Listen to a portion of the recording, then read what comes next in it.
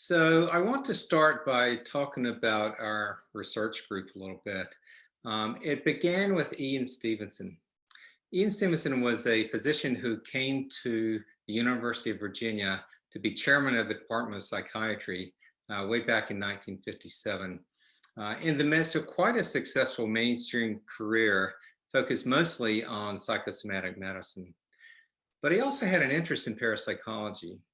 And after he had been here a while, he got particularly intrigued by reports from various parts of the world of young children who said that they remembered a past life.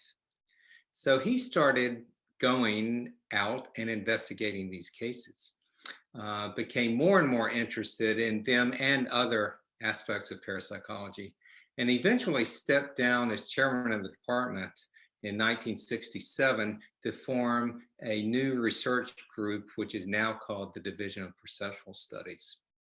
And so that's been over 50 years ago, and we're still going strong. This is our current home. We've had several over the years, but this is where we are now. And we don't have the whole building, but we have quite a bit of space there. And it includes the Ian Stevenson Memorial Library, where we have several thousand books of quite interesting stuff on parapsychology, on reincarnation, life after death, variety of topics like that. And we also now have a neuroimaging lab. And in particular, it focuses on EEG. And what the folks in the lab do is they put someone in a shielded room and connect them up to a lot of EEG leads and then measure what their brain is doing while they're asked to perform a variety of psychic kinds of activities. So they may do ESP testing. They may be asked to try to have an out-of-body experience. Currently, the lab is doing a study with mediums, people who claim to be able to communicate with the dead. And they're looking not just to see if the mediums come up with accurate information, but also to try to sort out what their brains are doing while they are performing that. One of the co-directors of the lab is a man named Ed Kelly, and Ed was the principal force behind two books that have gotten quite a bit of attention.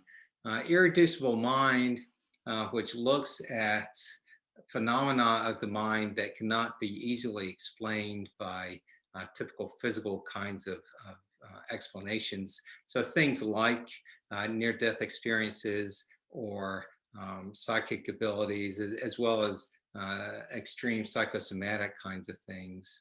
And then Beyond Physicalism was the follow-up book, which includes a number of theories that try to explain these phenomena and try to incorporate them in an overall view. So trying to reconcile science and spirituality. So this is most of our current group. That's me sitting there on the left. Next to me is Bruce Grayson. Bruce is a psychiatrist who is the world's leading academic researcher on near-death experiences, which are experiences people have either when their hearts stop or when they're very near death. And many of them report leaving their bodies and then having spiritual kinds of experiences. Bruce has published far more papers than anybody else in the world on near-death experiences. In the middle there is Ed Kelly, who I mentioned a minute ago. He and Ross Dunseith, there on the end, are the co-directors of our lab. And then on the far left is Kim Penberthy. She's a psychologist who studies mindfulness and meditation, and looking particularly at the kinds of extraordinary experiences that people may have either during the meditation experience or afterwards. So psychic kinds of events that can occur to them. Meanwhile, as a child psychiatrist, I am continuing Ian Stevenson's work with young children who report a memory of a past life.